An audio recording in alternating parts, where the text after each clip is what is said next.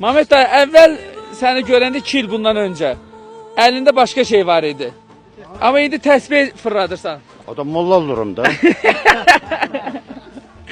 O vaxtı idi. İndi təsbiyə getmişsən. İndi təsbiyə getmişəm. Mənə bax, əlində o olanda evdə söz-söhbət az idi bu. Yox, bu olanda indi söz-söhbət çox olur. O vaxt danışan yox idi. İndi arvad deyir, başıma düşür ha o. İndi hamısını gülürüm axır. O vaxtı gülmür. İndi hər şeyi aydın görürsən. O vaxtda fikir vermirdin. Ay sağ ol.